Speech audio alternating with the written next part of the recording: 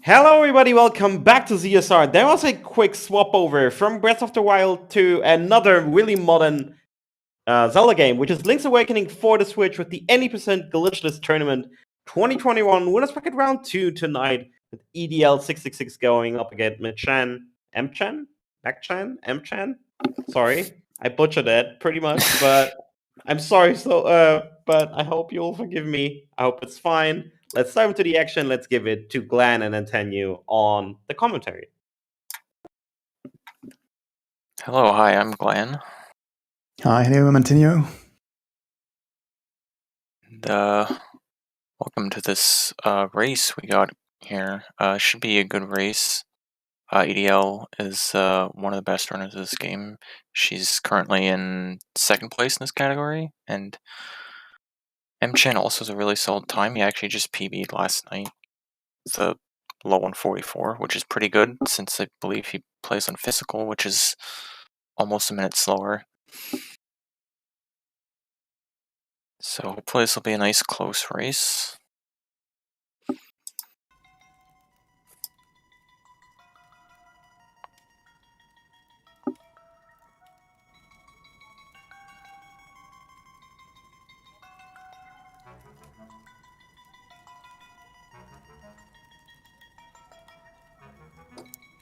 I think they're just getting set up here and they'll be starting soon.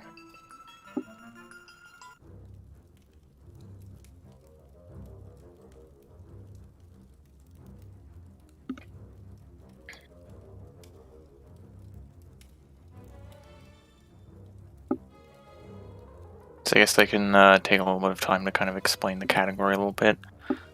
So this is the 80% glitchless category, which means it's very light on skips and very heavy on tight technical movement, optimizing like every single room, every bit of combat, and especially dashing with the Pegasus boots.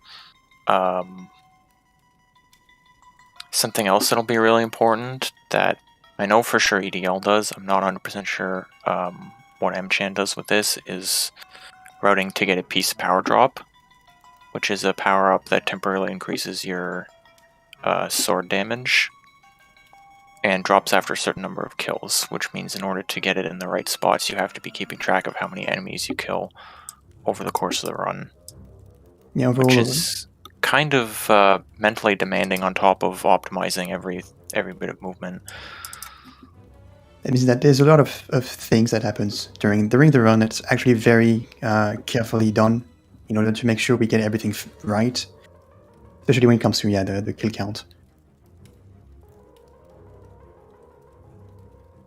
Yeah, for sure. And even though it is glitchless, there is still one big skip in Dungeon 4 and a more minor skip in Dungeon 5 as well.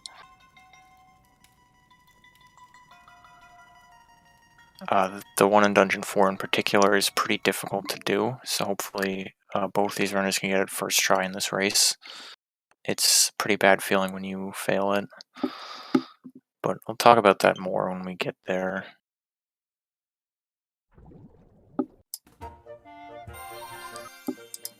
So it looks like they'll be starting real soon here.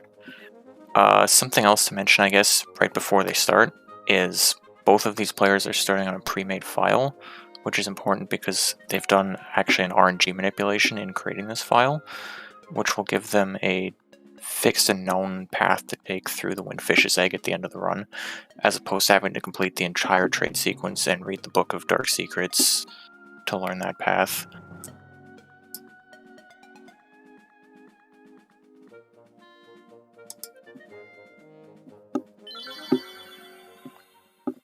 It also actually defines the combination for a puzzle in the fourth dungeon in order to get to the Nightmare Key.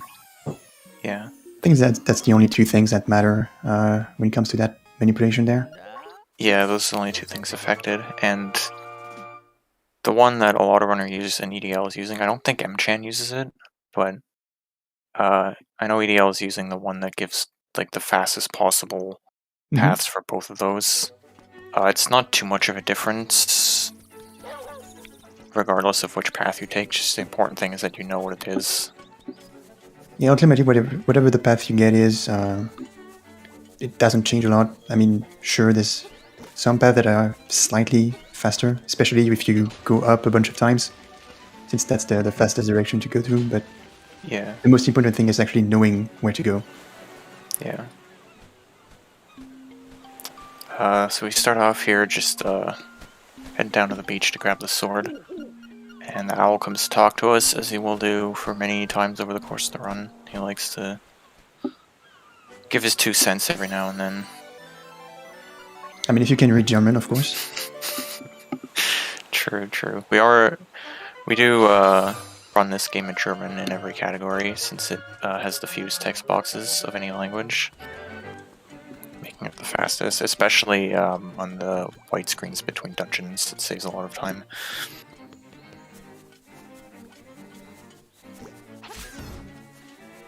So our 2 runners got right away the shield and the sword, and now they're headed into the forest to first get a mushroom, which will then be traded for magic powder from a witch, which will allow us to transform a raccoon back into Terran, and then get the key to the first dungeon. Yep. This is actually a rather difficult part of the run, in my opinion. The forest here is just full of moblins, which are really frustrating to try to get around. Yeah. They have moblin and kisses as well. The bats here. The keys are just like purely random, but the moblins actually have some amount of AI to them, and they can actually be a little unpredictable in how they move. Sometimes like you can manipulate them, but sometimes they will move in like an unpredictable way and throw you off. And what's a bit tricky with this area is that you actually don't want to... You want to try to not kill any of these right now. Yeah. Because as we said, they're, at this point they're already tracking the number of monsters they're killing to make sure they get a piece of power drop a bit later in the run.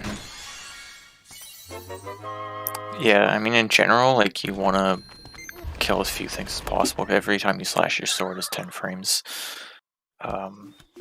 So that's just part of like optimizing every little thing. But yeah, in addition to that, you also have the killing route, as you mentioned.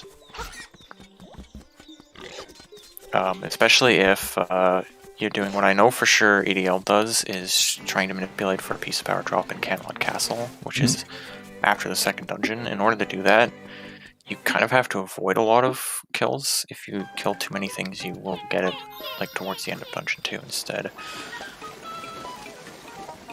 Which, I mean, that can still save time, but I think not as much. I've seen some people trying to get the piece of power drop somewhere in the middle of D2, so in order to kill the Hinox faster. Yeah, that's also a good idea. I mean, it comes to the runner's preference. Yeah, like forgetting it for the Hinox, you need to... You actually need there to kill a bunch. You really need to kill like a lot of extra things. There is a time cost there. I think that if you want to get the piece of power for the Hinox, you need then to have 36 kills. That would be that, since you get the first hot container. Yeah, it would be 36 before that point. So they're getting the first dungeon key right now. It was interesting to me, they actually both stood in different places to powder the raccoon. There's a few different strategies there, but in general, you're trying to stand in a certain spot that'll make him end his bouncing around in a spot that's not in your way. Since he doesn't move after you get the tail key. You want to kind of be off to the side, which they both got. So before heading to the first dungeon, they still have to take care of some extra work. First, they need to start off with the trade sequence of the game by getting the Yoshi doll in the crane game. Yeah. Oh, Let's EDL's hope going they- for optimal green gain Let's hope they here. actually get it first try. Hopefully. That might work, maybe. No. Oof. That's a real... Yeah, that's... Yeah. I don't know if she was intentionally doing it, but her first movement there was really optimal, like as Okay, and she gets right it and up first as you try. can do. But it's iffy whether you'll actually manage to get it like that. Okay, she actually gets it right now. Yeah. Okay. And every time you have to replay the game is about 20 seconds.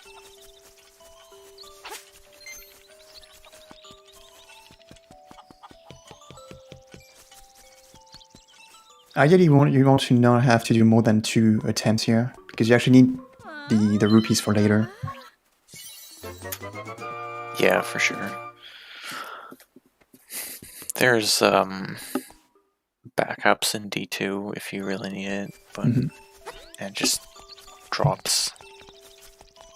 So yeah, like I mentioned before, that you don't have to do the full trading quest, but we do have to do the first few steps of it, because trading the bananas to Kiki the monkey is required to get into Candlelit Castle. But after that, we don't need to do any more of the sequence. In a casual playthrough, you'd have to get through all of it, because you need the magnifying lens, which comes at the very end, so you can actually get the path for the final maze. But since we're using energy manipulation and know in advance what is going to be the path, you don't need to complete the trading quest as a whole. Yeah, it's actually a little bit out of the way to do it to get those there, like before Dungeon 1, but the fastest time to get the bananas is right after Dungeon 1. So we kind of have to do it there. So we see Mchan heading into Dungeon 1 first, EDL a few seconds behind. Dungeon 1 doesn't have a whole lot to it, it's kind of more just walking and avoiding enemies. And then kind of comes down to Moldorm at the end of the dungeon.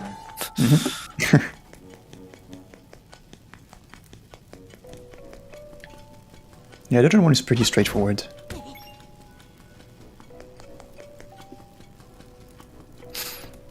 There's a couple different strats you can do in this long room. We've seen 2 different strats from these runners.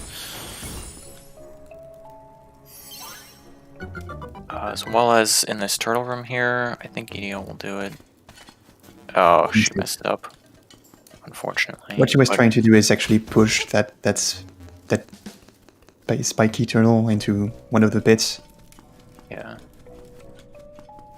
Which not only is a little bit faster, it also saves a kill, which makes the routing for Piece of Power and Candlelit a little easier. Which is good.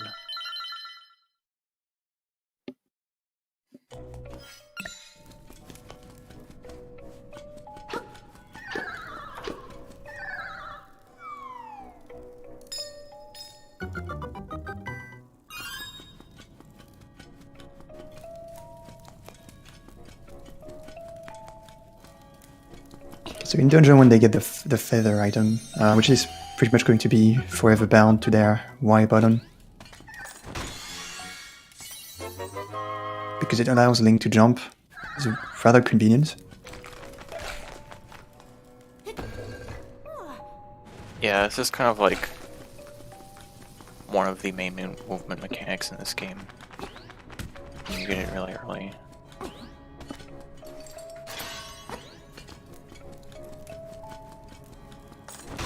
So aside from that, we just grab a couple more keys, grab the nightmare key up here, and head to 2 bosses in a row. This dungeon, for whatever reason, has the mini boss right before the main boss. Key to do that when his first movement is downwards instead of upwards. It can still be done, but it's harder. And the most important thing is to make sure that he doesn't actually get back to his rolling spikes things. Yeah.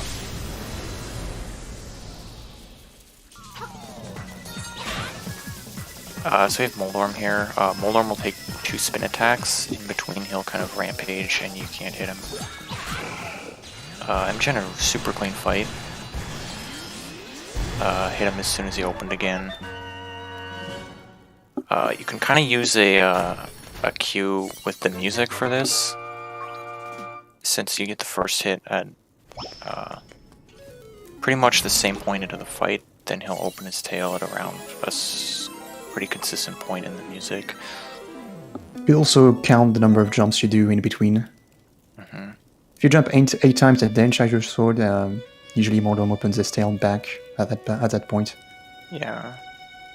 And there's actually another kind of odd mechanic that can make you lose time here, is that we really want to get the heart container at this point. And depending on where you are in the room, it can spawn in one of 2 different spots. It can spawn more towards the center or more towards the lower side of the room. And it's kind of not really up to you because Moldorm moves randomly. You might have to be in the center of the room when you kill him. And that would cause you to have a lower heart spawn, which would lose time afterwards because you have to walk up to the instrument room. Yeah, sure. Yeah, so I think this is one of the most RNG heavy segments of the game, leading into and completing Dungeon 2.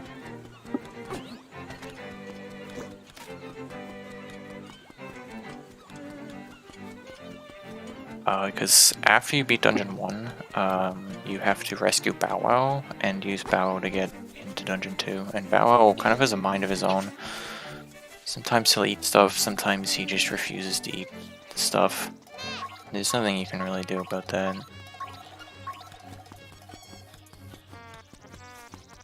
You just have to wait until he decides it's time for dinner again. Yeah, so I'm gonna head back through the woods, up to the Moblin Cave, where Bow Wow is being held.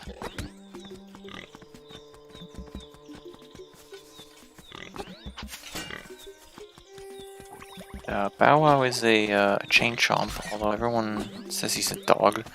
So I don't really know what's going on in this universe. I don't know if chain chomps are just dogs or...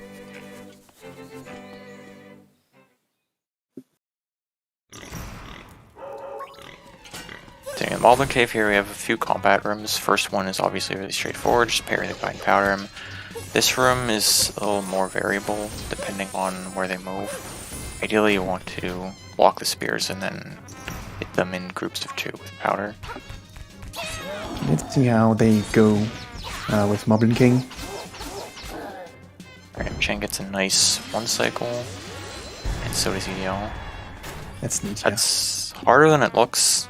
It relies on getting a double spin hit, where if the enemy is near Link's left hand when you release the spin, it will hit twice, which would be a total of 4 times the damage of a regular slash.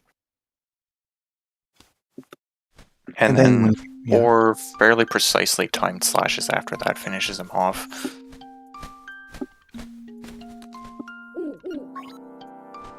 You can't just mash B to hit him repeatedly because there are some iframes. Mm-hmm. So there's a rhythm to it. I know Mchan uses the metronome for it to make sure he gets the right rhythm. Yeah. I think most people go by feel, but I mean, whatever works. You can see that Bow Wow just tends to eat stuff along the way. Yeah. Yeah, so Bow Wow will just eat enemies. And notably, anything that he eats doesn't count as a kill for a piece of power drop. Except the big flowers in the swamp. Yeah, except the big flowers. For some reason. It's anything that dies with that like purple explosion, which for some reason the flower does. When Bow Wow eats it? I don't know.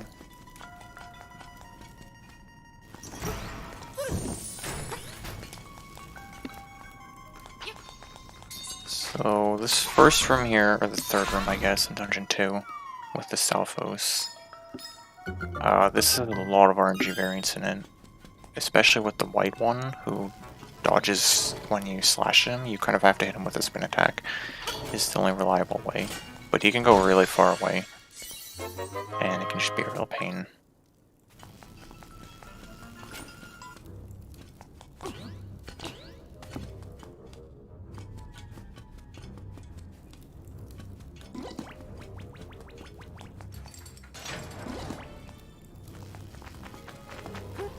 Dungeon 2 kind of has like a lot of like rooms of nothing, but then a few pretty difficult rooms to do consistently.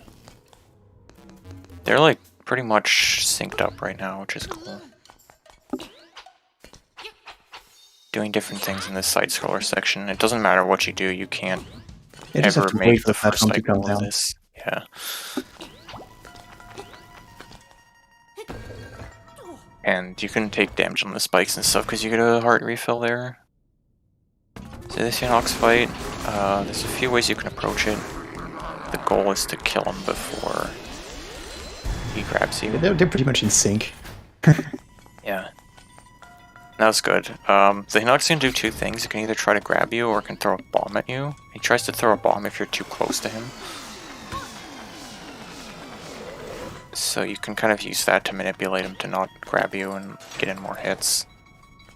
In order to kill the Hinox quickly, they just jumped and slashed repeatedly, because when you're hitting the Hinox during the jump animation, you don't get a knockback.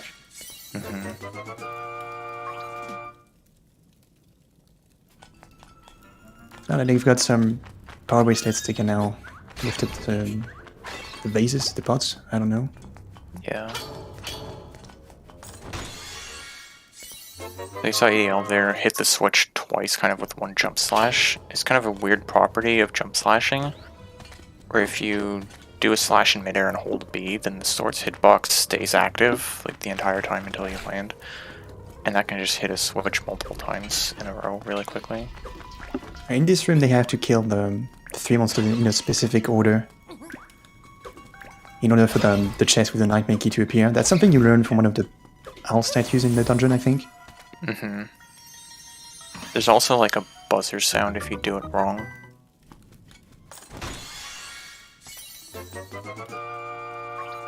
That's one of the RNG heavy rooms in this dungeon, because if you get a bad pattern, it can take a lot longer to kill them in the right order.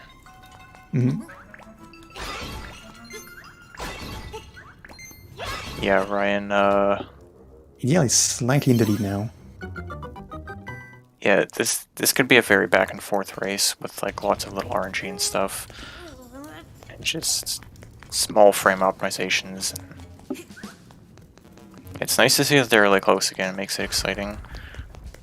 EDL just falls down while trying to jump to the door. That's this is really unfortunate. That's a small optimization you can do here. Yeah, it's not that tricky, but yes, if you're like a little bit off, you can just fall. So, entering the Genie fight here, this is the worst boss in the game. It starts off of 3 phases or cycles of kind of an auto-scroller, where you just have to wait for him until he lets himself become vulnerable. It's a very long fight. And then after that, you will have cycles that are RNG dependent in length. The whole fight's about 1.5 minutes, I think.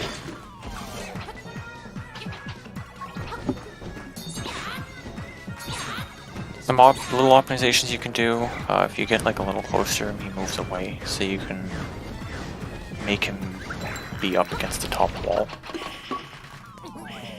So it's faster to throw the bottle at the wall. Aside from that, there's not really much you can do. I mean, the most important thing comes in the second phase of the fight. Because once the pot is broken, you can... I mean, Genie will start flying around with a copy of himself. And you need to figure out which one is the real one when he appears back. So you can tell by the way he moves, and you want to stay close to him in order to land a really good number of hits in order to kill him in 2 cycles, ideally. see that they both have different strategies because Mchan is trying to hit him with a spin slash first. While EDL is just smashing. Cycle. EDL There's goes a lot of different strats you can do here. There's like, I've seen like 4 or 5 different strats to get the 2 cycle here. So it's kind of really just up to preference. But yeah, it is RNG dependent, and like exactly how long he spins is completely random. Sometimes you can get a really fast spin and save time for no reason, or the opposite. They're still very close. Picking up the second instrument, the conch horn, which actually is tied to a change from the original game, which is where you can't buy bombs from the shop until you have the conch horn.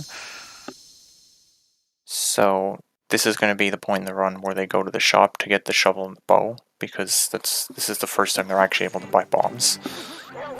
Whereas if you ever watch speedruns of LADX, say you'll get all of those things before Dungeon 1.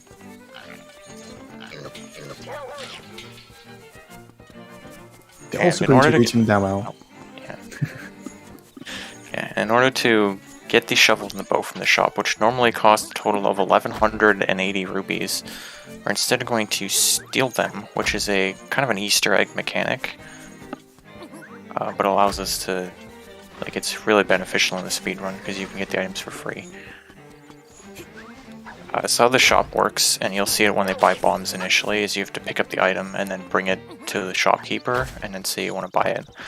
And if you try to walk out with it, normally he'll stop you, but if you walk out when he's not facing you, then you can just walk out and you get the item for free, and he'll kill you when you go back in the shop because you stole from him.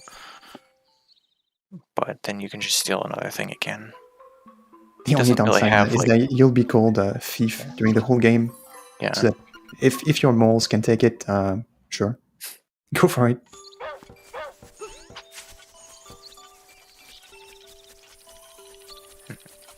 So the third time EDL is going to buy, she's going to kind of buy it a little bit to the right, and the reason for that is that the shopkeeper, when he turns to face you, is not facing exactly up left, and then when she walks over to the shovel, he'll actually do a turn up left, which resets the timer between him turning.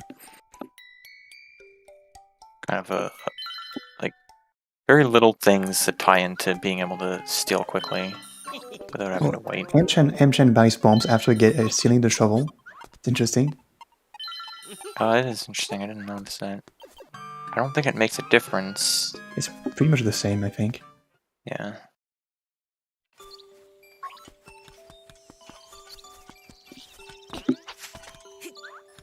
You're going to see EDL use, for the first time, bomb arrows, which is another kind of Easter egg in this game that they don't tell you about at all. But if you use bombs and arrows pretty much at the same time, you'll fire a bomb arrow, which explodes on contact. And so that's just generally a faster way to use bombs, like, everywhere in the run.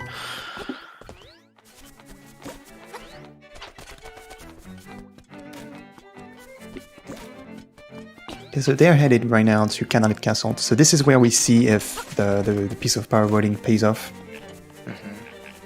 We haven't seen a piece of power from either of them, I think, which means they both should be getting it. Yeah, I think they should both be fine. Yeah. They also unlock the seashell warp, or the seashell house warp point, which will be used later. It's just fastest to go to your way forward here. There's actually another change from the Game Boy versions of this game, is that they added a lot more points. And also that Manbos and Mambo will allow you to warp to any of these warp points, which means we are actually going to get that song in this run and used it pretty extensively. The colors on Mchan looks brighter. Maybe he has some color correction on his stream. Yeah, it's probably just a capture setting.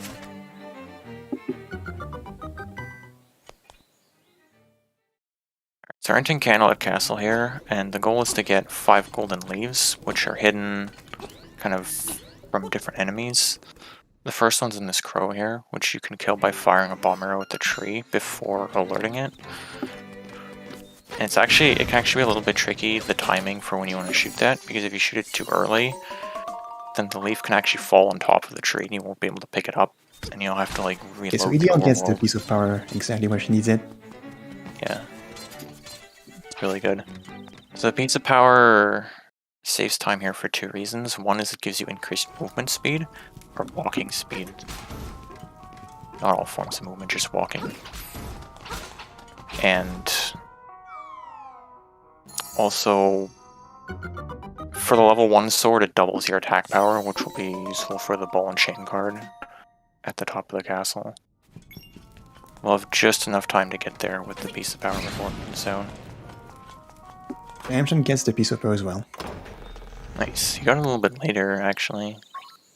Which means he had a lot fewer kills.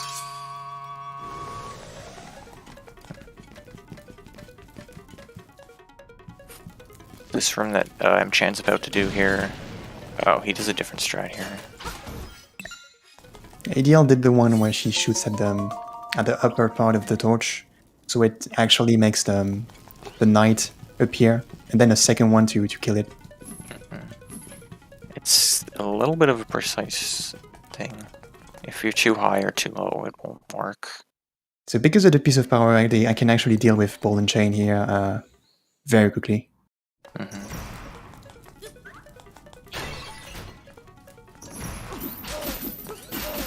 So the Mad Bomber here, you can shoot an arrow at him from far away there before you alert him and he runs away.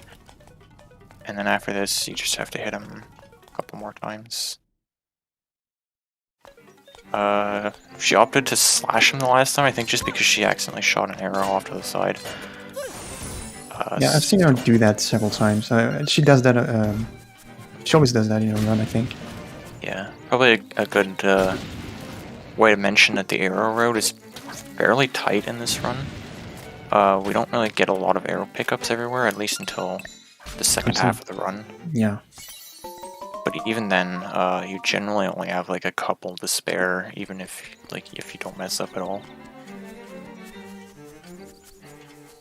So the reason they... Yeah, sure, go for it. Sorry, go ahead. I was just mentioning that the reason they get the golden leaves was for this dude here. Actually, asks you to get them for him, so you can get access to his garden where the key for the next dungeon is hidden. Yeah. We're gonna do some yard work for him in order to get it. I mean, in order to go faster, we didn't check by their house before now. I mean, if you're playing casual, you'll probably talk to him before heading to Canalit. That's how you learn. You need to go and get the leaves before going to get the key. Yeah. So there's like two sets of dialogue. The first one is like him telling you to go get the leaves, and then you already have them, so... So the fastest way through this section is to jump and slash the bushes and grass in front of you. It's a little bit tricky because obviously for jumping you have a chance to fall into a hole if you don't move correctly.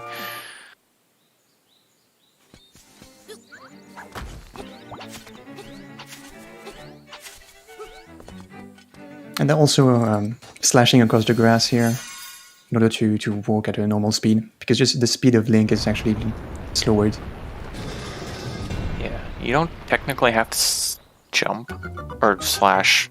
You could just jump through, but every time you land from a jump you lose 4 frames, and slashing can let you walk a little bit more than just jump. So it's a little bit faster to slash.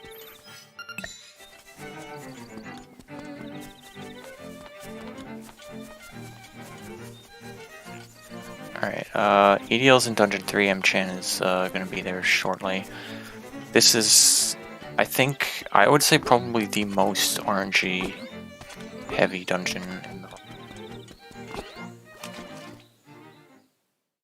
Especially that first room that EDL went through just now, where there's like a few sort of bombs working, where Mchan is doing that right now.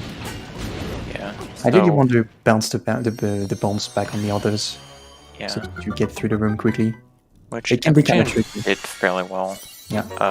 That room has, like, every enemy in that room moves randomly, which kind of makes there be, like, I want to say, like, 16 or more patterns that you'd have to react to, so probably way more than that, even. So you can lose a lot of time there if you don't get a good pattern or something. You just saw now EDL threw a bomb to the right and then head left. It's because she just blew up a wall where she's going to come back there later. That way it's already opened. She's fighting the Dodongo snakes here, which is kind of a fairly straightforward boss. You have to feed them 3 bombs each, and they can only eat a bomb after they move 4 times. There are a couple things that you can do depending on where they move. Kind of manipulate them a little bit. They're not too hard to read, so it's okay. It can be pretty long if you're not too careful. Yeah. This fight's not that bad, but the one in D6 is a lot worse Sure. in terms of variance. So the reason they fought the Dodongo snake is to get to the Pegasus boots, which now allow them to just dash. So now the run will consist mostly of Link running. Yeah, boots are really nice in this game. You get to move while you're charging up the dash, and so that lets you kind of like really optimize stuff. Like you can start charging a dash and walk around a corner before actually starting to dash, and stuff like that.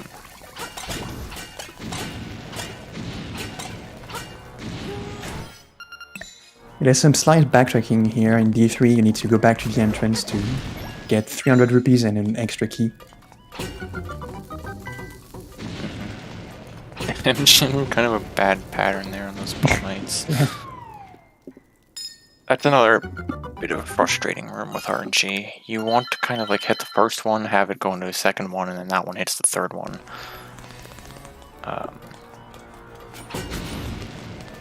So the reason they get the 300 rupees now is that because you actually need them later.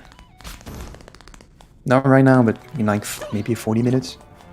Yeah, it's much later in the run, and this is just the fastest money. This costs about, I think, 35 seconds or so to pick up. Mm-hmm. In Glitchless.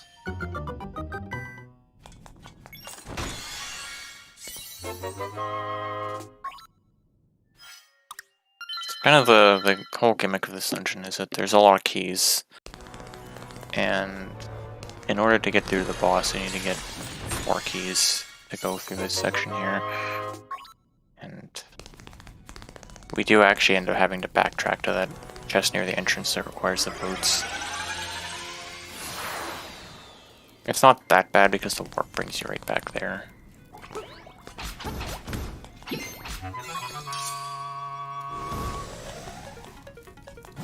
Mchan got a little bullied by those souls and gels there. Those are awful.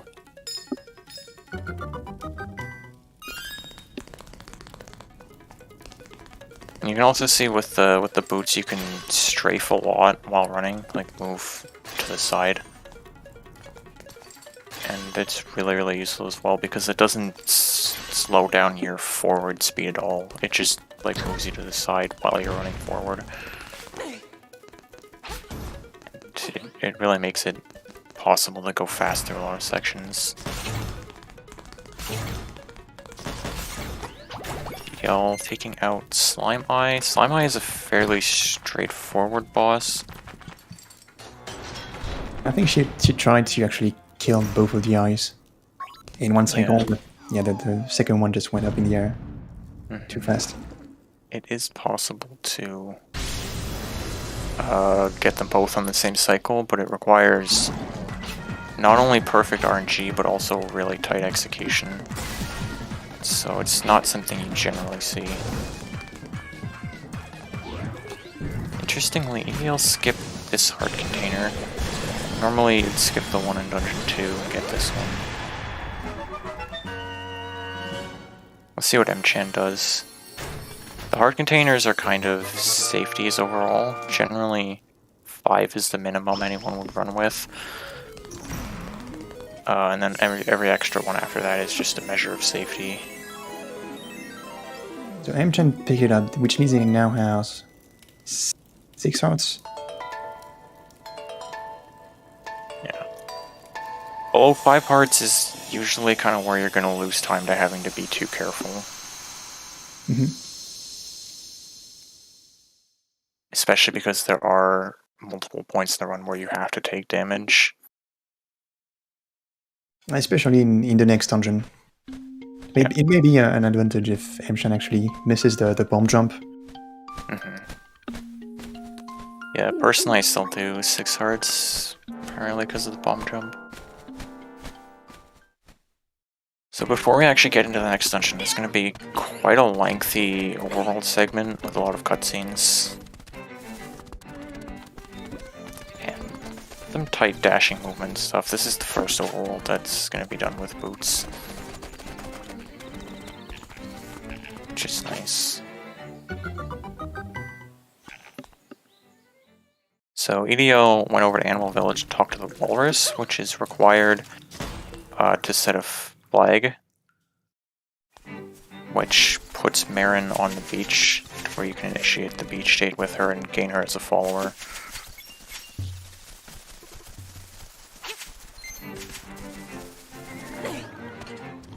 And on the way to the beach, you're going to pick up the ocarina, which can't be obtained without the boots, at least in Glitchless.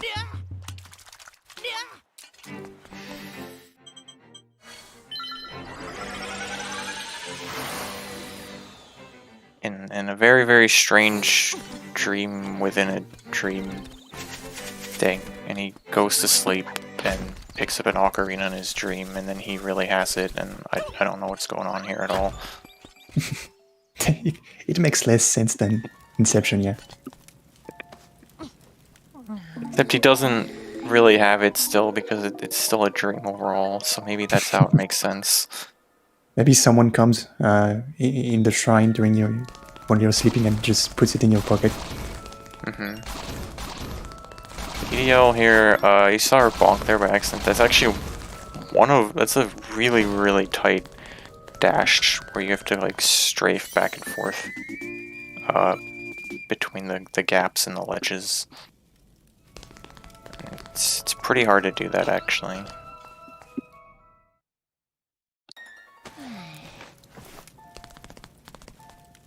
The bed is like a trapdoor. I could maybe accept this lore.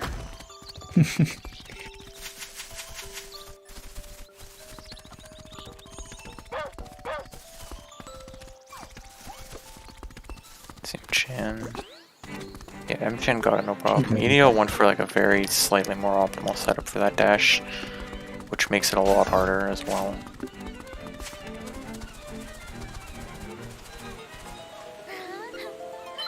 We have about a 50-second cutscene here of being on a cute date with Mchan. She talks about wanting to be a seagull.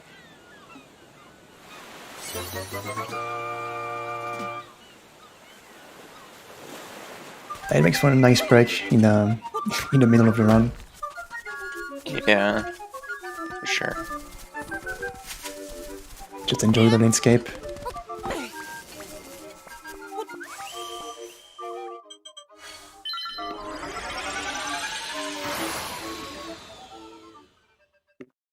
We're gonna have another cutscene coming up soon where she wakes up the walrus, and then EDL will be entering the Land Mola fight to get the Angler Key, which is one of the trickier fights in the game.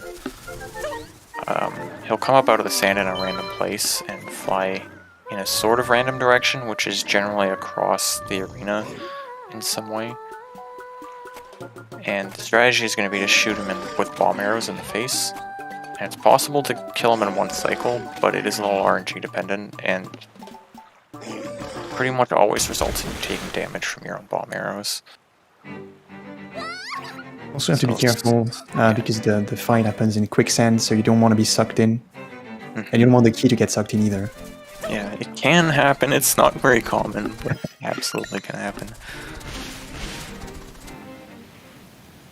Okay, EDL's there right now. The general standard that you want to aim for is to get a 2-cycle. Yeah, EDL got it. Oh, nice. That was good RNG. I don't think she even took damage there. I don't think so. Yeah, no, it's perfect. Yeah.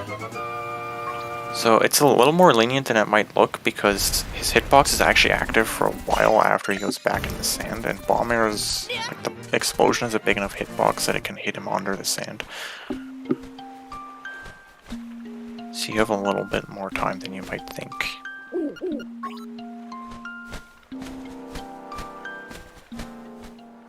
But that was a really quick fight, like he barely even got back to the sand before he died. Let's see how it goes for Mchan. Alright, this looks like a good RNG for... not quite. I thought it was going to go down left. Mchan should get it next cycle. Yeah. So that would be kind of a more standard fight. 3 bomb arrows and then spin attack him just as he gets back up.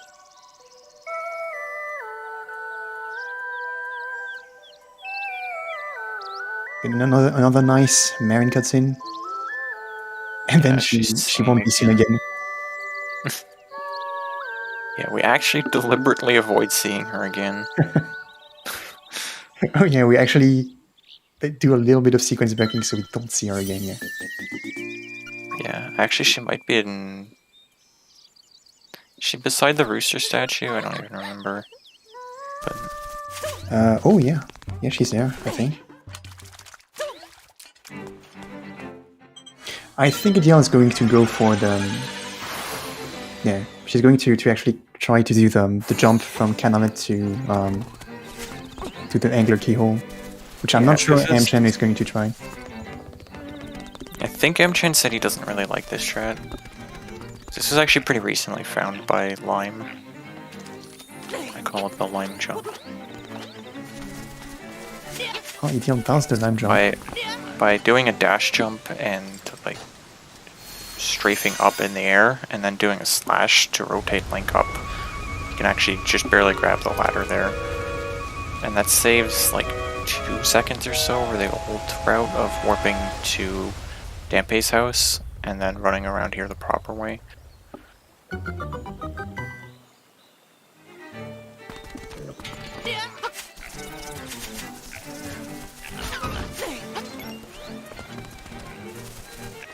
I find it actually works so nicer for kills as well because it's a little easier to dodge those kills near the ladder. Yeah, exactly. Or only kill one of them. Okay, so EDL... Yeah, so Mchan's going the kind of normal way here. But we get to see the dash off the ladder, which is really swag.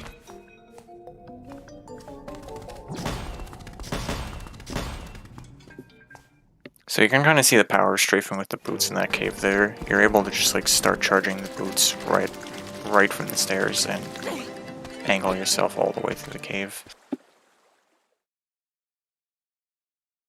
Mchan is doing the way Miyamoto intended. Exactly. Intended strat. The true glitchless spirit.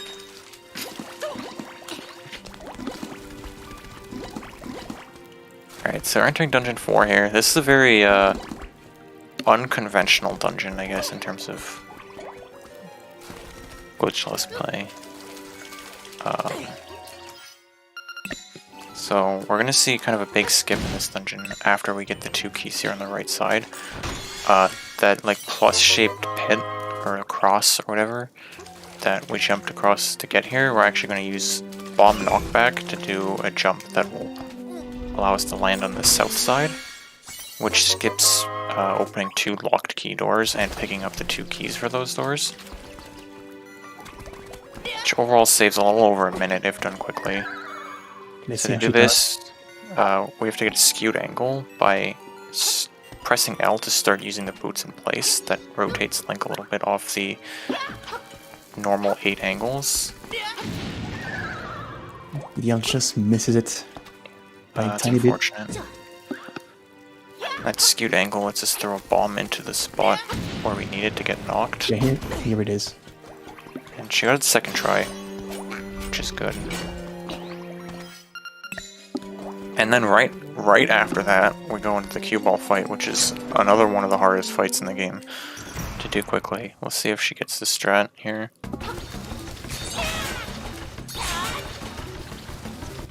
Oh, unfortunately not. Oh, cue ball She's comes gonna try back. to back it up in this corner. Okay, Oh, That's a nice nice. back up. Nice.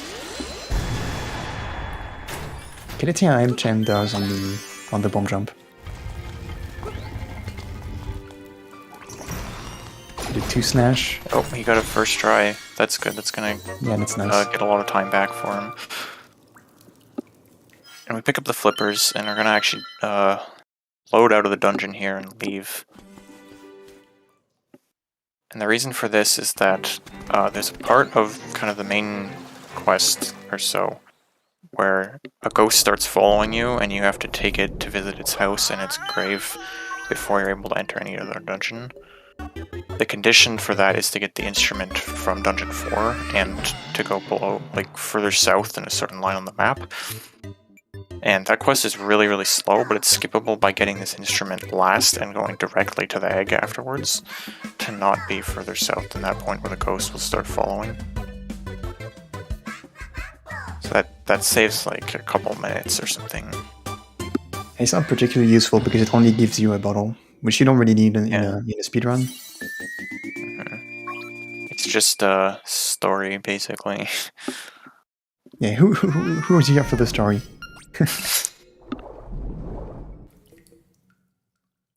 Yeah. I mean, the island's going to disappear anyway, so will the ghost. Yeah.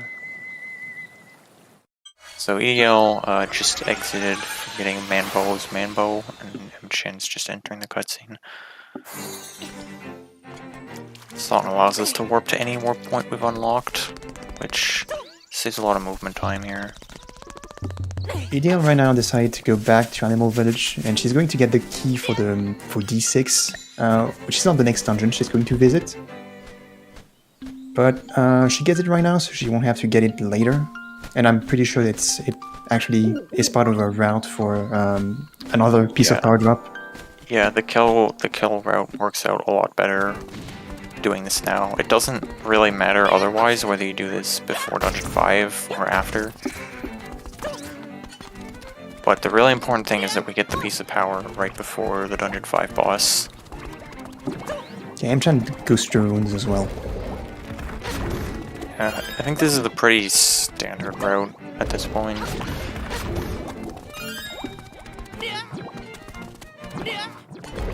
Because I think he had through approximately 10 kills in the runes, which else Yeah, nicely it's if like you want 10 to or get 11, I forget. Something like that. But depending on where you are on your kill count, you may not actually have to do this right now. So Eel's gonna be fighting the Armos Knight here. Good fight. So the Armos Knight's only vulnerable to spin attacks. I think not even to dashes like he is in the Game Boy versions. And he's also vulnerable to arrows, but not before his shield is broken. Or rather, you can't shoot the front of him while he still has his shield. So you do 2 spin attacks and 2 arrows to kill him quickly.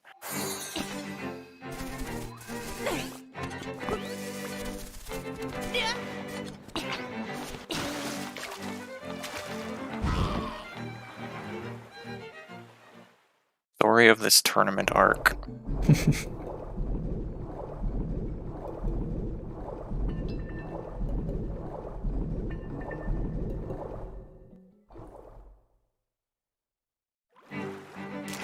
There's a few different ways you can do the Armos Knight. Doesn't really matter too much because he's only vulnerable like at certain points in his cycles. So it's not a fight you can really speed up all that much besides getting materials quickly. EDL going through Dungeon 5 just went through arguably the worst room in the game. Once again, very RNG dependent. You have 4 keys, which we've already established are hellish with their RNG. And then the mini Helmasaur in the middle takes 2 hits or 1 dash hit, but you can't hit the front of him because he's a mask. So you can kind of dash through, but if he does the 1 in 4 chance to turn to the right, then you won't hit him. He'll just bounce off his mask. Yeah, world record for this category is 1 hour, 38 minutes and 42 seconds.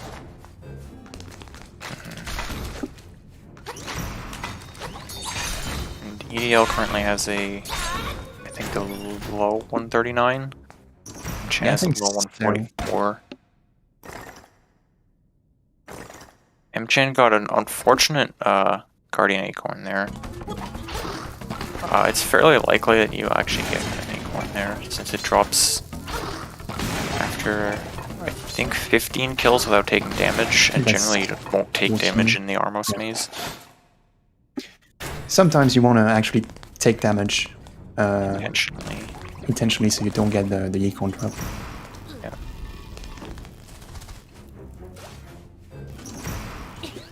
So in this dungeon we might see these runners kind of go seemingly out of their way to kill enemies. This is like the final point of the piece of power routing that they've been doing the whole game. And they need to get it within a range of 3 kills to get a piece of power off one of 3 star enemies just before the boss.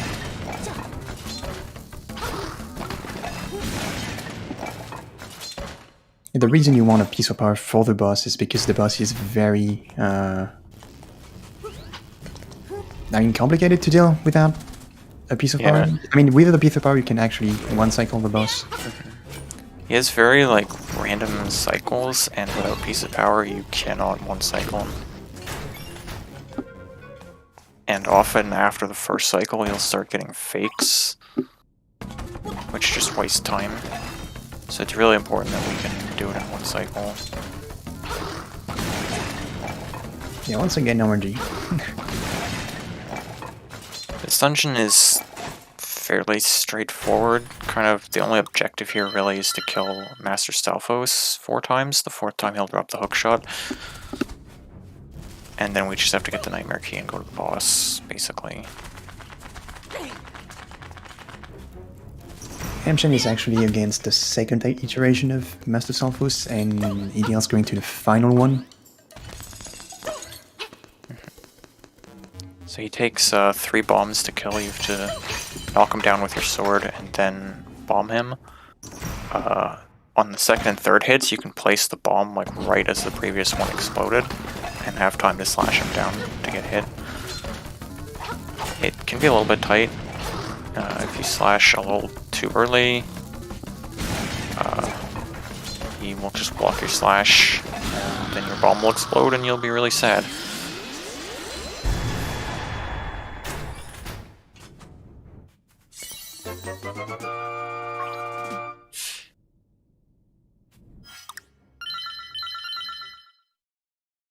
So EDL just got the 4th fight done, got the hookshot. Mchan finishing up the 3rd fight.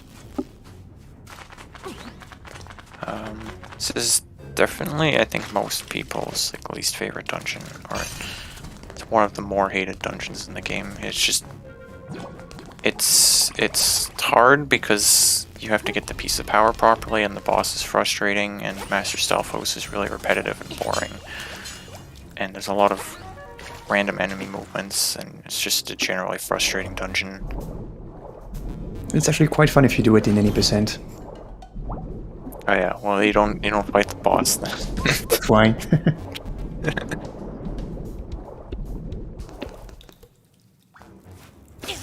Do actually a very fun trick where you get launched into the air onto the ceiling and walk straight to the instrument room. It's pretty fun.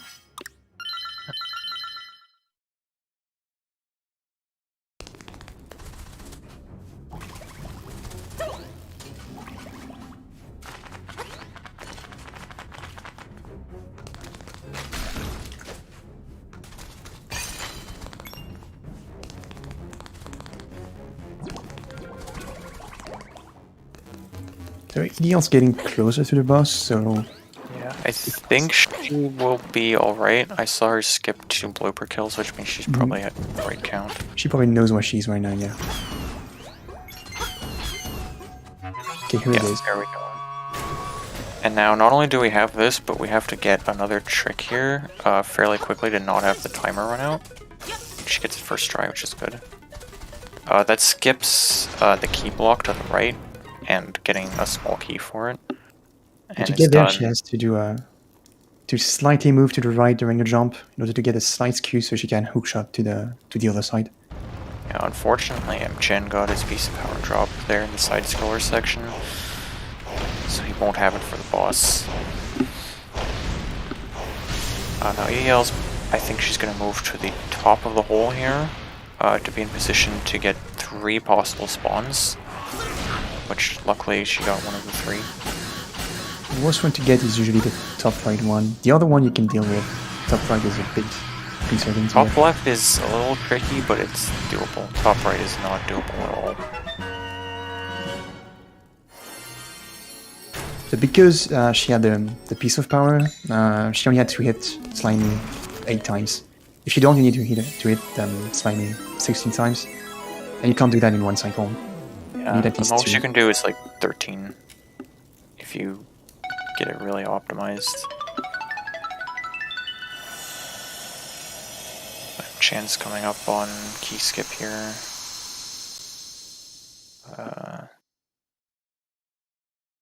The funny thing is that there's actually an extra block there compared to the Game Boy versions to account for being able to hook shot diagonally, but we can still skip it by skewing our angle. Good job, Grayson.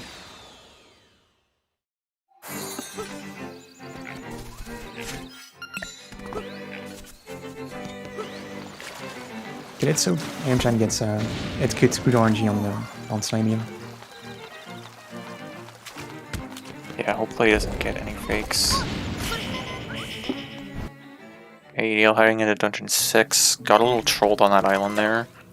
The 0 there, the bombing enemy, is really annoying. Sometimes he just drops a bomb on you and you can't do anything. Okay, Mchan got 10 hits on Slimy. Okay, you got hits of fake. The fake ones have black eyes with a white pupil instead of the normal white with the black pupil. And if you pull them out, they just kind of chase you around a little bit, like kind of like a Moldorm, and then it blows up and like doesn't do anything. It's just a waste of time.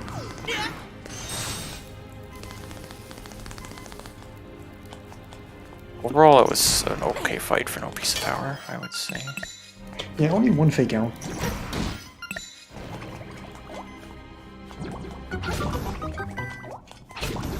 EDL is in Dungeon 6, which is arguably the hardest dungeon in the run. There's a lot of tough rooms, tough fights. A lot can go wrong.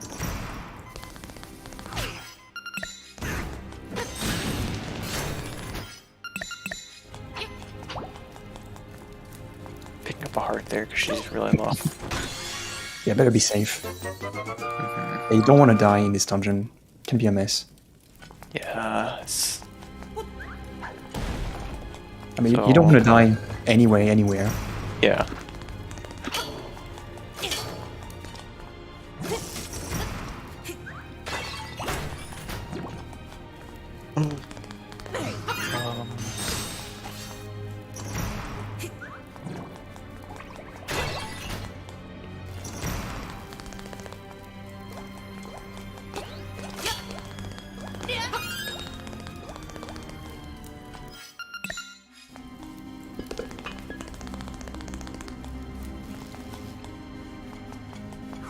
Mchan gets to D6 now. EDL gets the nice, the strat there where you bomb arrow the anti-fairy in between the 2 wizrobes to kill them. It's a really satisfying thing to do. Coming up in a tile room. I guess something I haven't really mentioned yet is autosave loading. So this game has an autosave system where kind of pretty much any sort of meaningful event, like opening a chest or a door or something, the game autosaves, and we can load any autosave that's made in a dungeon to go right back to the beginning of dungeon. So that's been done a lot over the course of the run. Nice. EDL managed to grab the ball before Smasher could, which is a really, really tight thing. It's really hard to be consistent at that, but it saves a couple seconds. Saves, I think, a little less than you might think, just because if he does grab the ball first, you can finish the fight right beside the door out, instead of at the top of the room.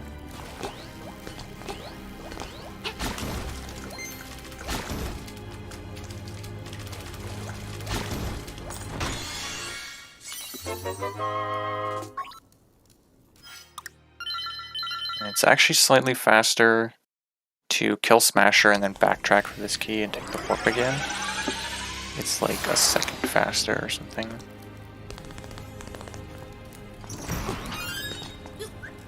Than getting the key first.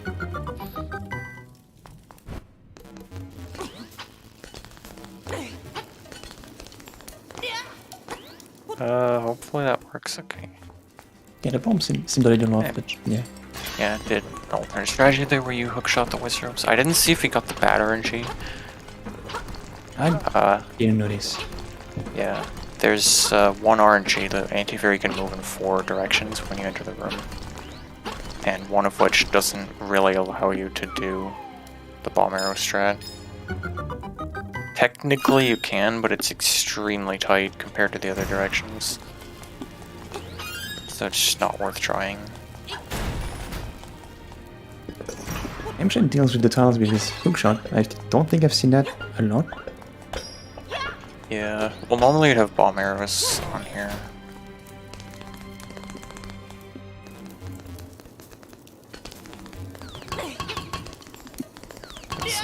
Unfortunately, he didn't get the ball first. I don't know exactly. I've heard it's like a 3-frame window to grab the ball first. So it's not really super consistent. And there, as I said before, like he was able to finish the fight standing right beside the door. Okay, so we get to the worst Dodogon Snake fight ever. This one's awful. Those 2 holes in the middle just make it so bad. Especially if the Dodongos go really close together and they don't have enough room to move it's properly. And you don't know where they're going when they're too close. EDL got pretty good RNG though. Like that was super clean.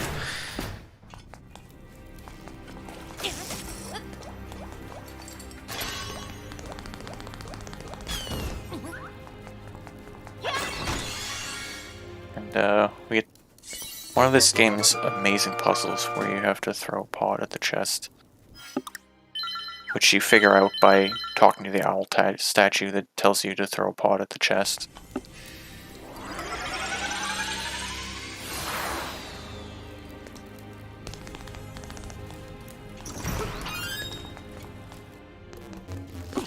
Okay, once again, EDL auto loads to get back to the entrance, warps back to the Smasher room, and now he's headed to the boss fight. Mchan's on his way to the Dodongos. Facade, big improvement in this version in terms of how fun it is as a fight. So how the fight's gonna go is we have Facade facing the floor, you have to hit it with bombs. For many of the hits, we can accomplish this by shooting bomb arrows at the tiles as they fly across the room while they're over Facade. It's actually a really, really fun fight to do. She's going to start off by shooting this first tile and then place 2 bombs on the ground because the first 3 cycles he'll always be in the center of the room. Then he starts moving around.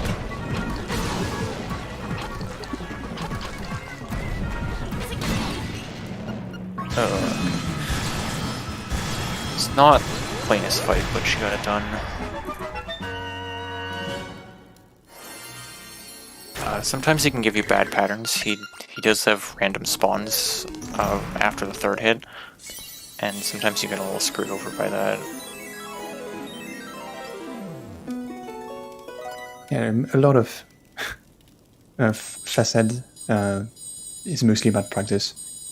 Yeah. I mean, you need to know how to actually improvise. It's random, but it's also manipulable to some degree. Because he doesn't ever appear near you. He'll generally be on the opposite side of the room. So EDL's done with D6. Mchan got the owl again.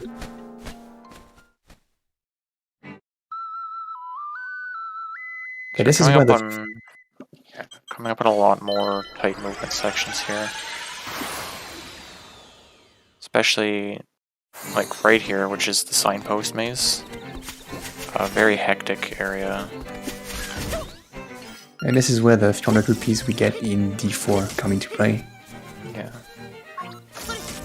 The first, sign maze.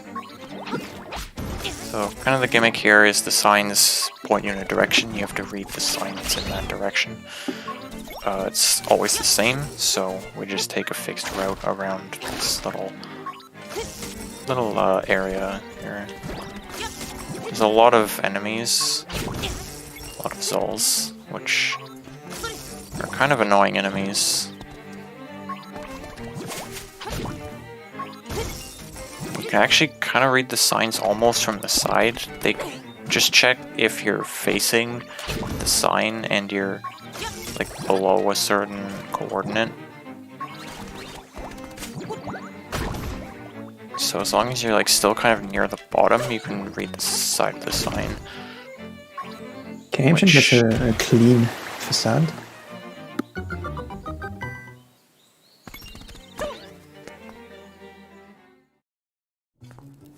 Yeah. I didn't really see, but all the pots were still there, so that's good.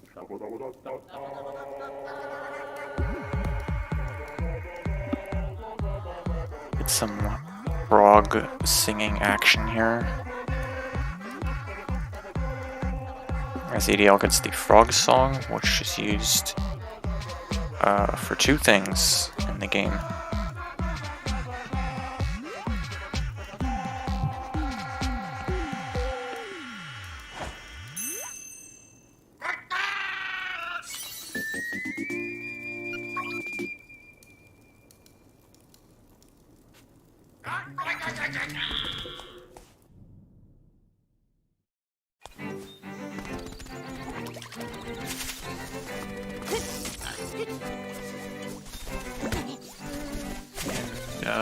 EDL is going to run out of the sign maze, which is another kind of new routing thing. We used to use Mambo's Mambo to get out, but running out can be a little bit faster. And Marion is indeed not here. Maybe a second or so. Not here? Yeah, she wasn't. She apparently she stays in Animal Village. So yeah, we won't see any more of her. Yeah.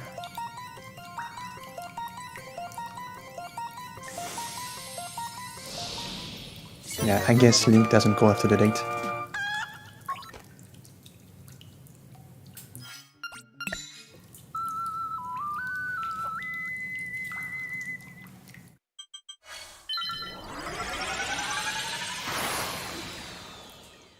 He uses the frog song there to awaken the rooster,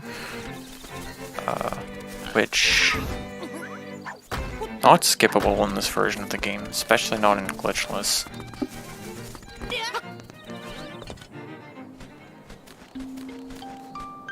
We'll need the rooster to get the bird key to get into Dungeon 7. That's its only use in Glitchless, sadly.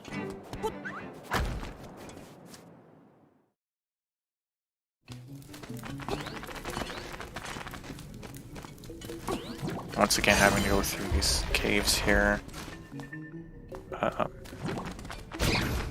On the way to Dungeon 7, we'll be going through a lot of caves in Telltale Mountains, which are full of keys and very annoying. Yeah, moving around in these caves is overall very annoying. Yeah.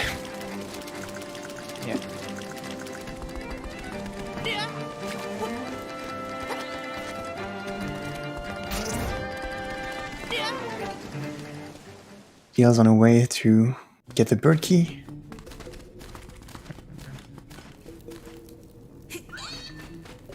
She decides to do it the safe way.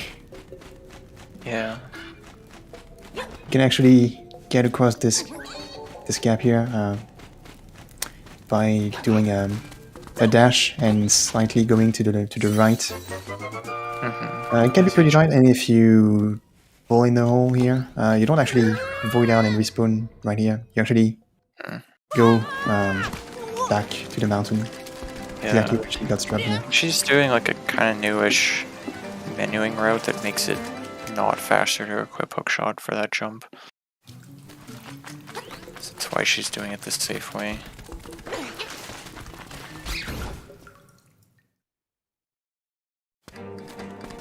I think Mchan said that he doesn't like to do that strat either, so we won't see it today probably. Yeah, lots of keys here. The worst is when they hit you right before you're about to start dashing. Yeah, and the way the caves are arranged, I mean, you can't really dash everywhere. You can't dash diagonally, so... Yeah.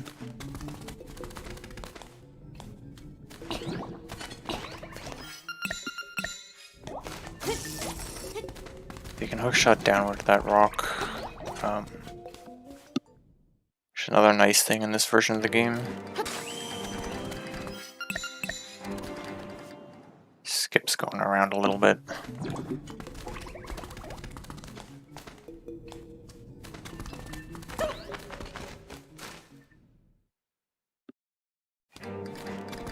So we actually unlock the warp here next to D7 because we actually do this dungeon in 2 trips.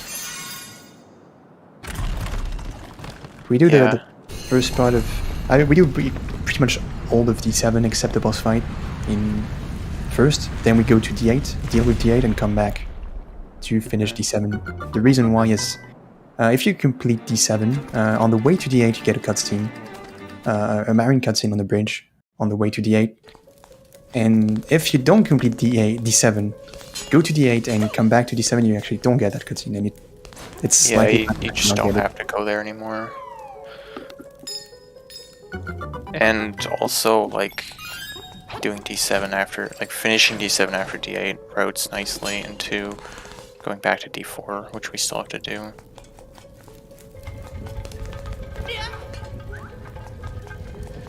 So the main gimmick in this dungeon is to get one of these, this ball actually, and plug it on 4 pillars. So you need to carry the ball around and make sure you don't lose it by dropping it in one of those pits. Otherwise you have to go back to the ballroom to get it again. Yeah, and also don't fall down the pits yourself. Yeah, also. This you dungeon's... don't go down, you just come down on the lower floor. Yeah, it's a pretty straightforward dungeon in the speedrun. There are like some mistakes you can do, like falling or dropping the ball. But otherwise, there's not really much you have to deal with in the way of enemies and stuff. It's mostly just moving through rooms. EDL's gonna do a strat here. I think she messed it up, actually. Yeah, I think she meant to drop a bomb and throw it. Yeah, to blow up the last tile, like right as it comes up. That tile is actually weird in that the door opens as soon as the last tile that comes up is broken. It doesn't matter if there's still other tiles on the screen or not. So you can save a little bit of time by using a bomb to blow it up early.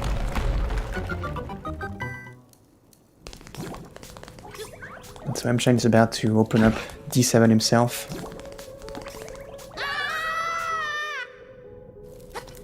Yeah, exactly. You can drop the ball on this dungeon if you actually drop the ball. Yeah.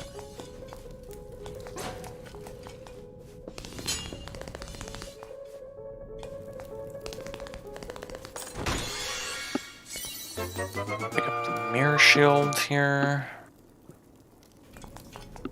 Which is needed to get to Dungeon 8. Doesn't serve a whole lot of use aside from that.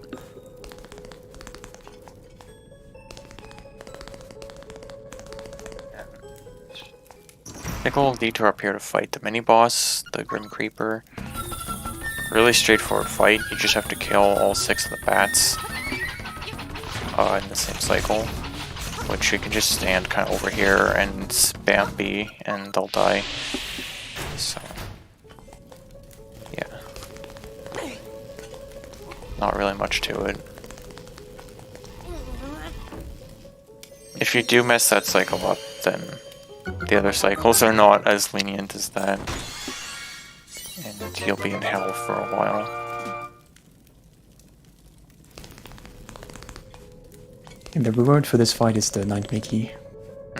Which is actually a really satisfying room to do quickly. Having the spark cycles line up and such. See, here's kind of the main point of variance in this dungeon is this room with the 3 of a kinds that EDL just did. What pattern they give can like really have a lot of variance in how long it takes to clear them.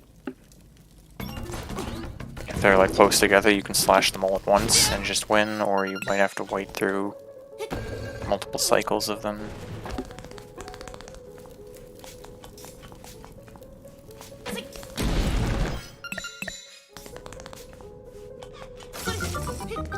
So I say Mchan doing a little optimization here with the ball.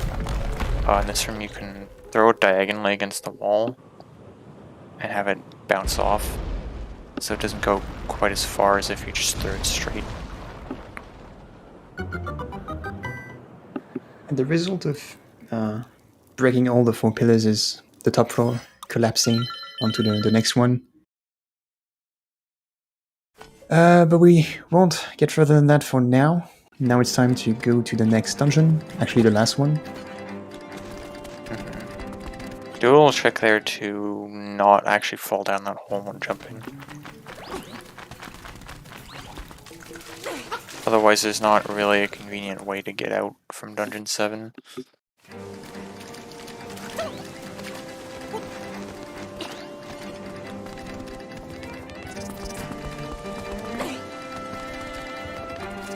Mchan is now in the Grim Creeper fight. He's not too far behind. Yeah. And EDL just crossed the bridge where the cutscene would have happened if we had completed D7.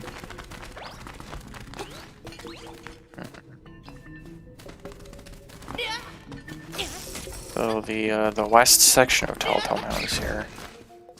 First we start off with a section with falling boulders here, because gotta have that in a Zelda game.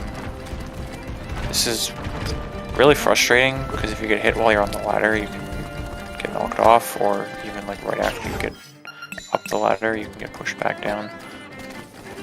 Luckily she didn't really have trouble there. You can also just like lose all your health, which is not good. She does a nice dash with the shield out there to get through the flames, which is what you need the mirror shield for here. And that's basically the only reason you need the mirror shield. Yeah, pretty much. The only thing it does at all in the run is it blocks Eagle's feathers, but like, you shouldn't even be getting hit by those anyway.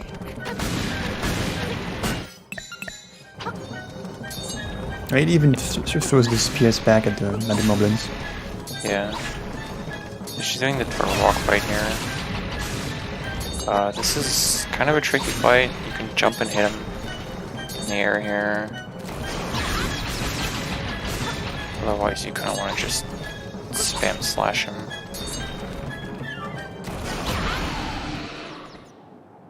Not a bad fight. I mean, you really have to be careful in this fight because he's actually packs a lot of damage. I think you get 2 hearts of damage Yeah, when you I get think hit. it's 2 hearts. So if you're not too careful, you could die, and that's really annoying because then you respawn right next to it, and the birds alongside him spawn back again, and it can be painful to deal with. Yeah. So you saw EDL killed the fire in the second room there. The reason for that is that the doors actually stay open permanently now that she's done that once. And since we'll need to go through one of those later, it's just faster to kill him there due to menuing.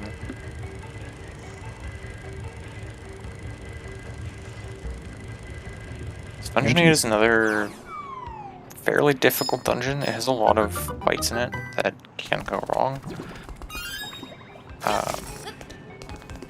And some other tricky rooms as well. First we're going to take a little detour to hit the crystal switch that we need to do, and also grab a small key.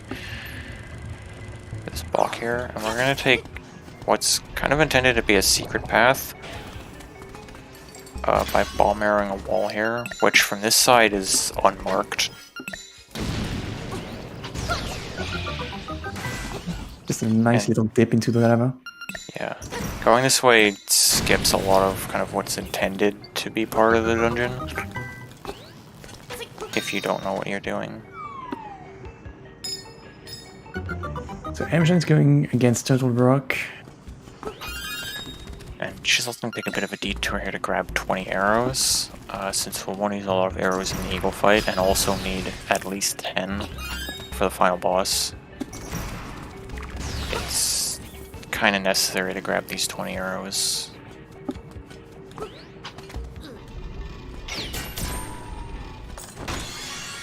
Let's see how Mchan does on Turtle Rock.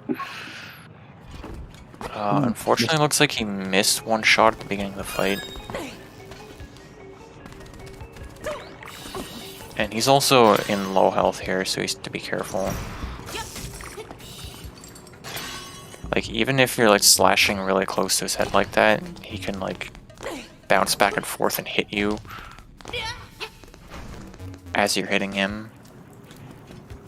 It's tedious. EDL enters the Plano mini-boss fight, which can seem a bit challenging, but actually if you can get him against your...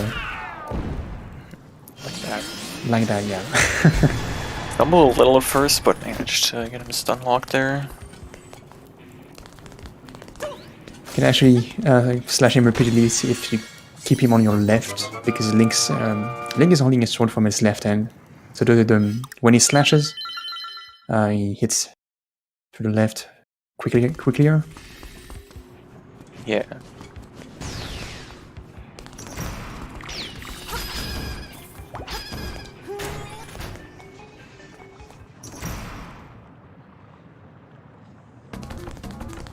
Very difficult boss fight here. That was a close one.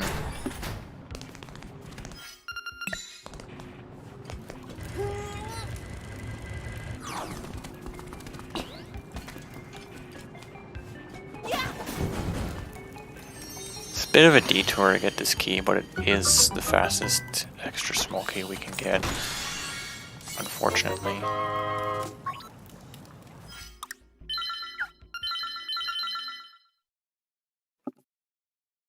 Yes, now that she got that small key, we can go get the nightmare key. Past the cue ball fight in this dungeon, which is not as difficult to fight as the cue ball fight in D4, but can still mess it up. Nice double power up drop in that room. Not something you see too often. So for this fight, we don't really have a lot of ground to work with, so we end up shooting 5 arrows. Timing here, you have to be a little bit careful because his eyes are actually solid, and if you shoot an arrow and it hits his eyes, it won't do any damage. it won't do anything, it'll just bounce off him. You should be a little careful in your timing, but otherwise it's not a You still very need to difficult complete fight. this tile-making puzzle. Interesting strategy for it. There's a couple solutions to it.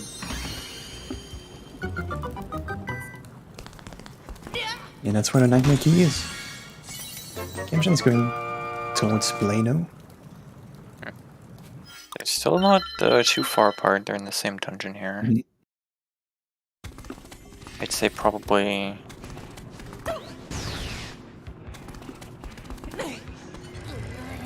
Maybe a couple minutes behind of difference. Yeah... like 2.5 minutes. Okay, Mchan also getting a stun lock, but not quite closing up the fight. Should be like 1 or 2 hits short. Yeah, 1. It's unfortunate. Blano can be a little bit trolly. At times, like, it's really hard to keep him in the stun lock. It's rhythmic, kind of like the King Moblin fight earlier. But also pretty fast. So like if you miss his slashbacks, then it's just out. So Eel's doing the Hothead fight. Hothead's another kind of higher variance fight. You have to hit him out of his like lava form first, and then he'll run around the room. You have to hit him 5 times before he can go into phase 2. And you have to hit him 3 times after that to kill him. Yeah, the fight is not too complicated, but you have to use the magic rod for it, which is not exactly the greatest weapon you have. You can only fire 3 fireballs at once, and there's some sort of cooldown when you use it. Yeah, especially for phase 2, it's a big problem. It's a nice PvP drop, yeah. Oof. You have to hit him 3 times in phase 2, and you know, if you're lucky you can get that in quick succession, but if you don't manage to, then you end up like missing a cycle because of the magic rod cooldown.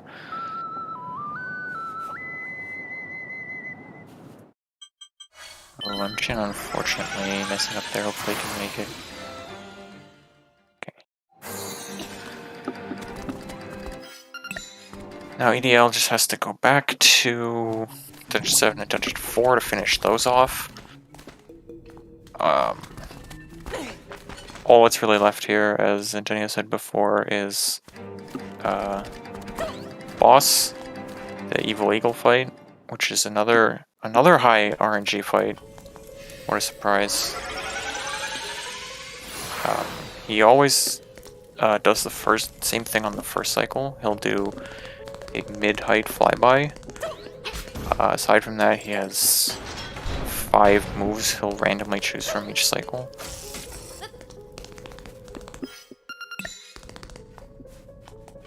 One of which does not allow you to hit him at all and is simply a waste of time. Others have varying amounts of hits that you can get on him. I'll be using a lot of arrows in this fight, since he'll die to 11 arrows. So we'll see what kind of RNG she gets here. First cycle, she'll be able to get 4 arrows in, and then it's random. And she gets a feather attack, which you can actually cancel by slipping down the ladder quickly. What is on the corner like this? He's either going to throw arrows or dash towards Link. You can actually tell it's pretty slight different move and timing. So usually you can know when when Eagle is going to throw his feather at you. Yeah, you can tell by how fast he's flapping his wings. If he's going to charge down, he'll be flapping much slower. Mchan is going against Hothead right now. Overall, that was a decent Eagle fight, though. Yeah, that was a good one. And she has a few arrows left over, which means I think she'll be going for triple shots on Deatheye. See that in a little bit, right at the end of the run.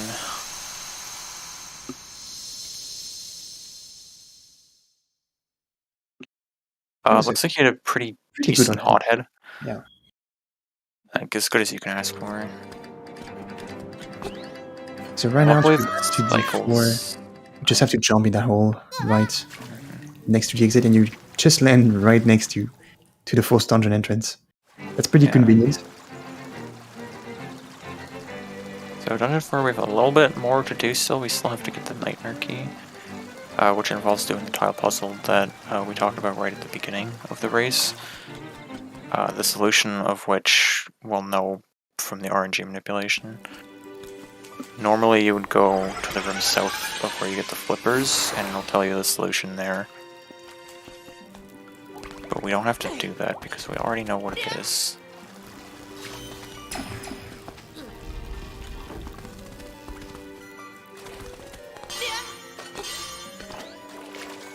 Oh, unfortunate. This tile's a bit of a weird hitbox at times. So that is also the fastest possible solution to that tile puzzle. Yeah, this is seen as the CD EDL is using as the fastest tile pattern, but also I think the fastest route inside the egg. Yeah. Well, arguably the fastest. I think there's a couple things that could be about the same speed. Alright, nice. She got swiping jump first try. That jump actually keeps getting one key. Yeah. It's pretty tight, actually. I like it though because it's pretty much the same strat that's done in LADX.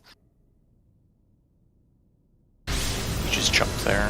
Of course, it's a lot harder in this version, but When there's easier strat to actually get there, you can just dash straight to the left and slightly redirect towards the platform.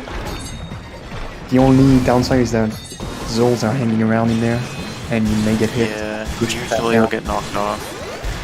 But even if you get pushed down, most of the time you actually home back to the platform. EDL finished off Ankler. Yeah. Kind of talked over that, but we're going to talk about when Mchan gets there. Very finally translated as Piranha Killer by the German localization team. For some reason. Yeah, his dialogue is great. Angler is a lot. He was buffed a lot in this version. Instead of dying in like 3 hits, he has, I think, 25 health in this version. But you can get double hit spins on him by like facing him and releasing a Yeah, spin he has like, some right in really front of good him plays. as he's moving towards you.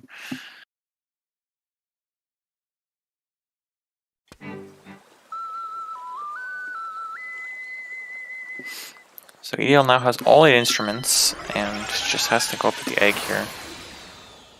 So if she went right now, because she just got the Surf Harp, if she went further south than kind of the Moblin Cave-ish, then the ghost would start following her and she would be prevented from entering the egg. But routing it this way allows us to just go straight to the Dampe Warp up to the egg without the ghost.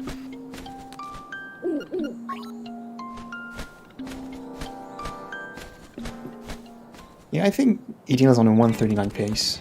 Depending on how RNG works out during the final fight, she could Yeah. get a 139. Yeah, there's a lot of RNG to worry about in the final fight though, so we'll see that. But for now, you should get to listen to the music, the instruments.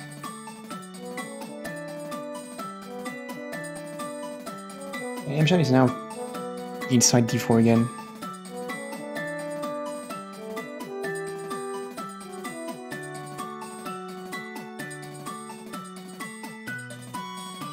So he'll have, I think, a different solution here, because he does a different manip.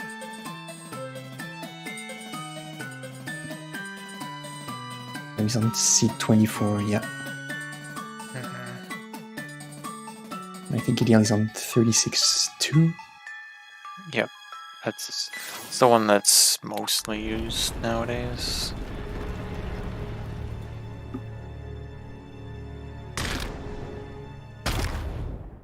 It was a pretty good one too. I think that's the one I was using when I started.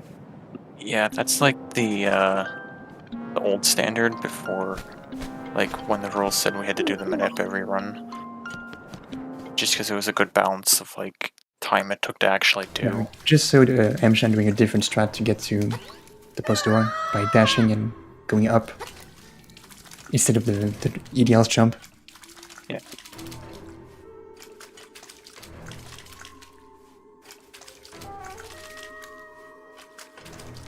Let's see, Mchan cleanup angler with a bunch of spins and slashes, basically.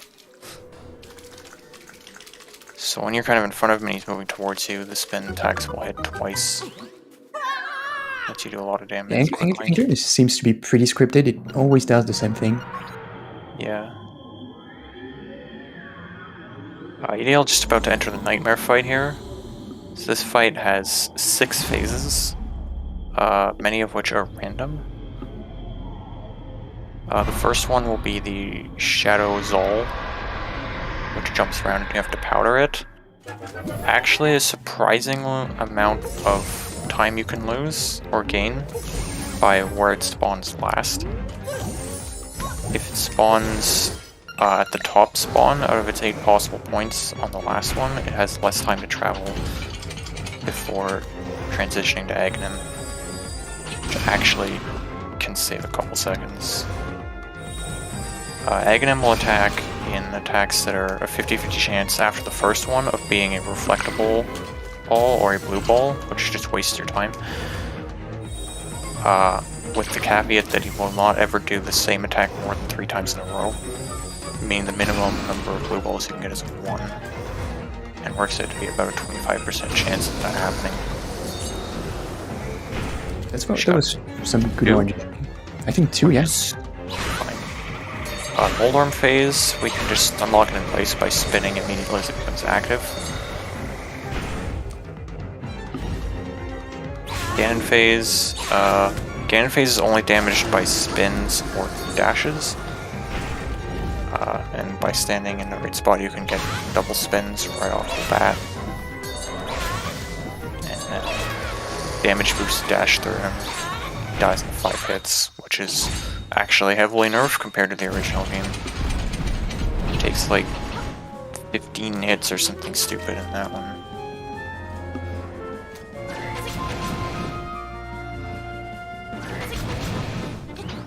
So the last phase here, Death Eye, you have to shoot him in the eye 10 times. You can get 2 arrows per cycle, or 3 with a certain strat. That's kind of difficult. And it's random how long it takes for him to open his eye. This is pretty good RNG.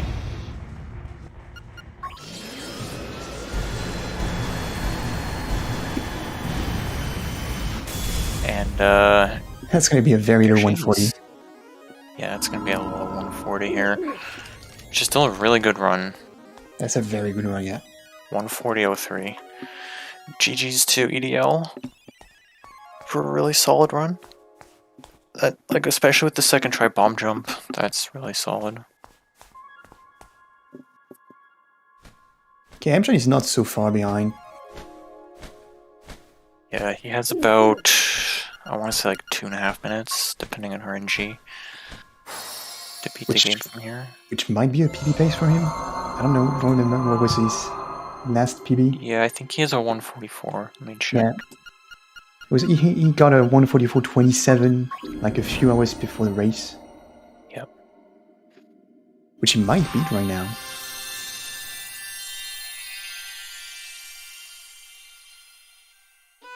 Yeah, I think from entering the egg to the end is about 2.5 minutes, depending on your RNG. So he could be on PB pace here.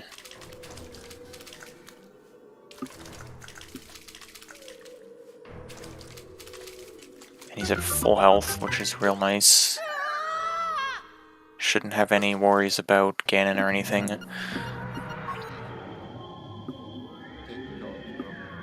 We're joined by EDL to talk about how the run went. GG, EDL. Congratulations. That was a really good run.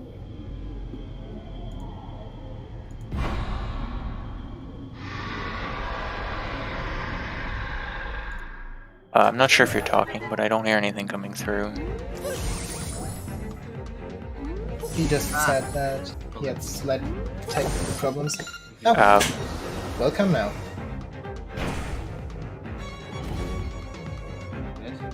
Yes, we Hello. can hear you now. Can hear you, yeah. Oh, that's a big problem. Now? Hi. Hi there. Check. Hello. Sorry. Nice. Sorry about that. I had technical issues like right before the game, which I'm mostly fixed, but they're fixed now.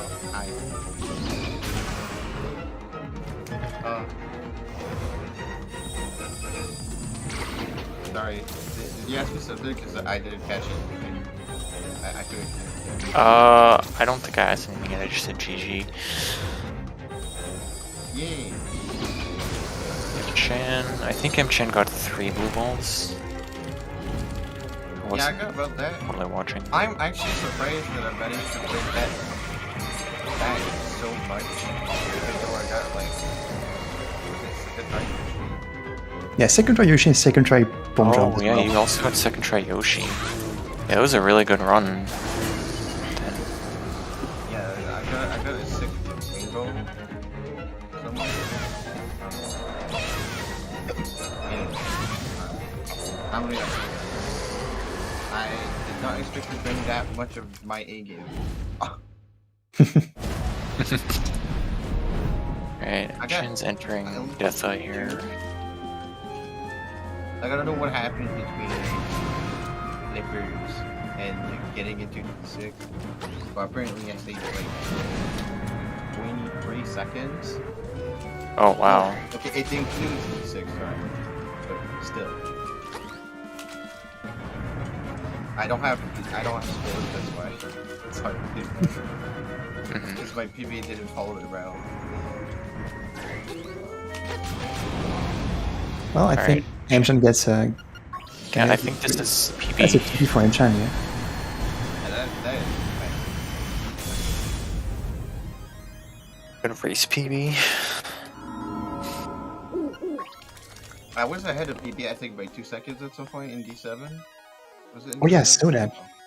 Yeah. It was a little But there small was on no my way- screen, but I think there I was can no see it a way. screen. There was no way I could PB though, because my late game on the PB is completely nuts. Yeah, and you had the unfortunate like bomb jump in Yoshi. But I think Mchan gets a PB by 16 seconds. Nice. yeah, GG's to Mchan, the race PB. I think he's in a I waiting love the room. race PBs. Unfortunately, it'll move him down to the lower bracket, but he I can't wait to does rewatch get a nice this, though. PB still.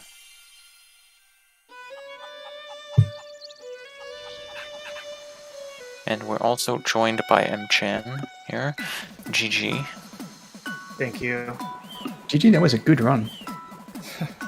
Yeah, for what I was capable of, or for what I was going for, yeah, it was a pretty okay run. Yeah. Seemed like you had some pretty good moments there. You got bomb jump first try, which is good. Yeah, I didn't get that. Also Yoshi first try. Yeah, I also didn't get that. Wait, you didn't? Oh my gosh! Yeah, I wasn't looking at the stream up until the very end of the race, and so Yeah, I don't know were- what happened. I don't think I've ever played Out of My Mind that much past D4 like that. Yeah. I don't know what happened. Yes, Mchan was ahead for a while up until D2. Then you kind of synced up again, and it kind of went back and forth a little bit for a while. that's probably Yeah, when I got the 3 cycle in I need to on rewatch that. Genie. Oh yeah, that's definitely when it started to go in EDL's favor. Oh yeah, yeah, that was unfortunate. I was a little upset about that because there's an audio cue that I use to know when the genie appears on the second phase, but I couldn't hear it because at the time that the fight was going on, somebody outside was mowing the lawn and it was really loud, so I couldn't even hear it. I think you also missed annoying. Slimy PvP. Yeah, Yeah. you did, which is unfortunate. But I think you had a pretty decent fight for no PvP. Yeah, it wasn't like multiple cycles. It was. I mean, I definitely got like maybe like 3 or 4 cycles or something like that, but it wasn't like too bad for a no POP slime meal fight. Yeah. But yeah. Aside from that, like all things considered, this run was okay. I was on 143 pace until Nightmare gave me three or 4 blue balls. Yeah, you didn't have very great RNG there. But either way, PB is PB. Mhm. PB or PB. Yeah, I know the feeling. uh, Awesome. Well, that was a good race, and I mean, EDL will be moving to the next round in the winners bracket, going either against Clan or Sordy Mix, who are playing, I think, tomorrow. yep. Tomorrow I'm at kinda- 7 Eastern. I kind of really want Glenn to lose. Not because I Damn. not because I Dang. actually Damn want the Glenn shade. to lose, but more because I just want to do a race against Meeks in the Yeah, tournament. that's fair. And Mchan will be going to the lower bracket and will be facing, well, myself, I think. Yeah. Yeah. Want to race now? Let's go. But yeah, I had I figured that like I came into this race with like not very much of expectations because like I know like EDL was the former world record of this, so like I knew that I really had to work really hard if and get really lucky if if I wanted to have a chance. So yeah. Yeah, well, if I'd not played the craziest out of my mind, probably I've played in a while, that probably would have been very, very close. Yeah. Because I mean, is this the best race time so far? 1:40:04? Yeah, I was just thinking that. I was gonna take a look and see. Let's check on Because I that's was a really crazy good time. I think it is, yeah, for the Yeah. tournament. Oh wow, that's really good. Yeah. I think TGH Well, had a 1:40:28. Yeah, that was the previous oh, best okay. race time. Yeah. Well, Tej, watch out. I mean, I'm trying. Okay. But yeah, overall, good race, EDL. You too. I can't wait to rewatch it for sure. Yeah. Yeah, speaking of rewatching, there are some other things you should also watch, namely the next streams on ZeldaSpeedRuns, which will going to be. I see a lot of Link's Awakening Switch. I see a lot of the Minish Cap Rando. So if you're into that, you can watch it in the next 2 and 3 days. There will be like 4 streams of that up if we get them running, which is a cool thing. Yeah, thank you Mchan and DDL for participating in this race, and thank you Glenn and Antonio for commentating on it. There is Thank you, not much. ZeldaSpeedRun, for hosting and restreaming. Yeah, well, there's not much more I can say. I think we are going to raid over to Loli Kalu because she's like the only English-speaking Link's Awakening streamer currently, besides you guys. Sure. Well then, That's a nice surprise. I wish all of you a great evening, and have fun watching Zelda speedruns. Until the next time. Yeah. Thank Thanks you very everyone much. for watching.